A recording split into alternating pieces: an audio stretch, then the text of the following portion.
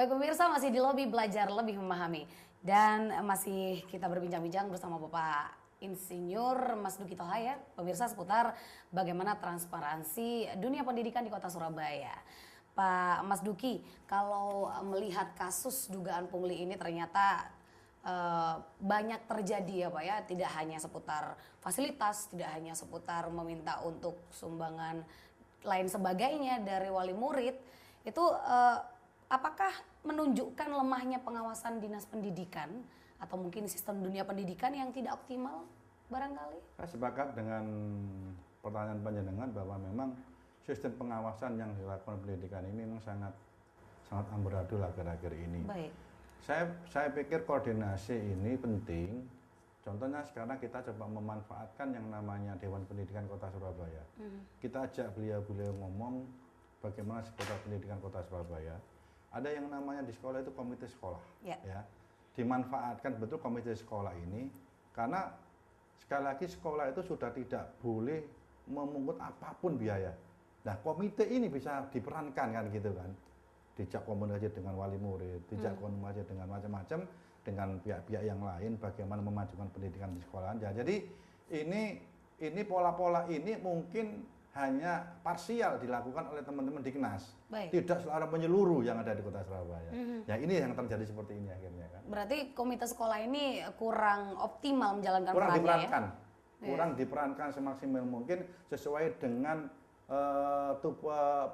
tujuan dan fungsi daripada didirikannya komite di sekolah masing-masing itu. Baik, baik. Nah, komite sekolah sendiri Pak, di setiap sekolah apakah memiliki peran krusial menurut Pak Mas Duki? Justru kalau sudah sekolah sudah menurut perwali tidak boleh ada pungutan apapun, ini diperankan yang namanya komite. Komite kan tahu tentang kebutuhan sekolah. Ya. Oh, hari ini kebutuhan sekolah kita butuh semen 10 misalkan. Komite tahu nanti.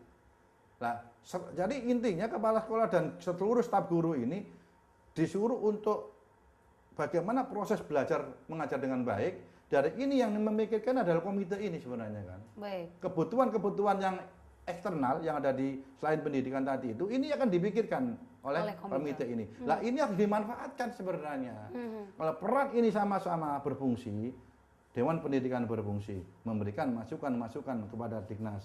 Komite sekolah memberikan masukan-masukan kepada sekolah masing-masing tentang hal-hal yang menyangkut tentang ada di sana. Saya pikir kalau sudah sesuai dengan fungsinya masing-masing kan selesai. Ya. Lah, harapan kami teman-teman Komisi D ini sebenarnya punya sikap yang sudah bagus lah. Begitu ada masukan dari wali murid, mencoba untuk komunikasi dengan Dignas. Ini direspon sebenarnya. Baik. Jangan diabaikan. Oh, nggak mungkin lah Pak, sekolah-sekolah nggak mungkin. Kabarnya Dignas justru justru nggak mengabaikan, mungkin Pak. inilah akhirnya ingin teman-teman Komisi D ini ingin membuktikan ini. Makanya saya sangat apresiasi kepada teman-teman Komisi D tentang kinerja itu.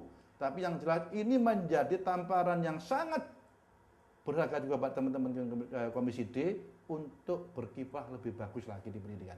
Baik, baik. Lalu ketika komunikasi dari Komisi D atau anggota Dewan tidak didengar oleh Dinas Pendidikan Pak, dan tiba-tiba sudah dibuktikan secara langsung, apa yang dilakukan oleh Dignas Pak? Reaksinya ya kue bingung toh Pak, kaget, bingung, gak bisa ngomong, Tolak-tolak. karena dimarahi juga oleh wali kota juga bingung juga waktu itu banyak problem di Surabaya. Yuk akhirnya yes murang-murang toh. Lah ini kan tidak hanya dengan marah-marah saja, saya pikir ini harus ada follow up, harus duduk bersama.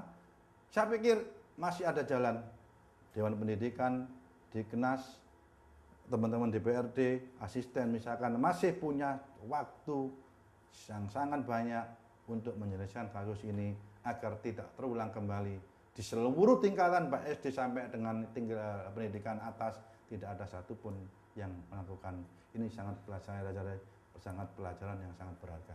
Baik, baik. Lalu Dignas sendiri bagaimana Pak? Sampai dengan saat ini apakah ikut membantu juga dalam menyelesaikan kasus-kasus yang diduga? Informasi yang terima masih proaktif Dignas. Proaktif. Jadi ya, Pak, ini ya? juga berarti kan ada satu kemajuan bersama. Baik.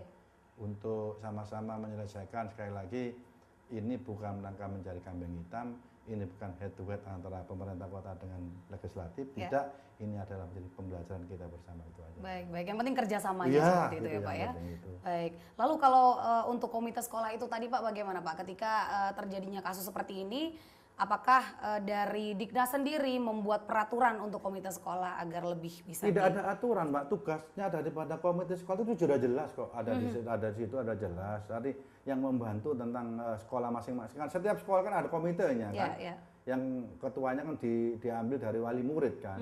Nah, saya juga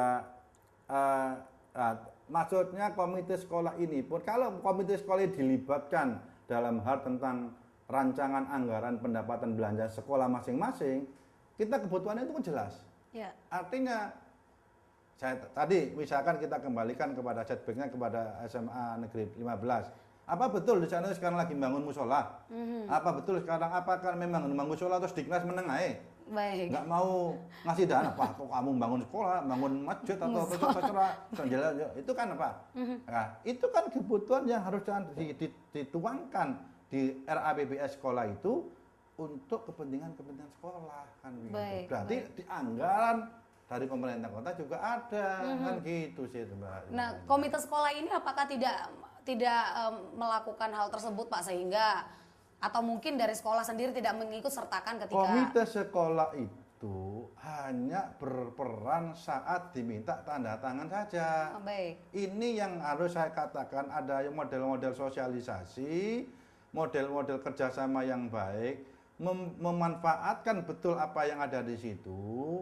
Jadi sekarang Diknas mampu memanfaatkan semaksimal mungkin Dewan Pendidikan Kota Surabaya, stakeholder orang-orang yang berjasa pada pendidikan Surabaya dimanfaatkan, sekolah pun memanfaatkan keberadaan komite ini semaksimal mungkin. Biar apa? Ini kan membantu kepala sekolah dan guru untuk menyelesaikan kasusnya di sekolah. Ya. Kan begitu kan komite ini. Baik, Itu, Mbak.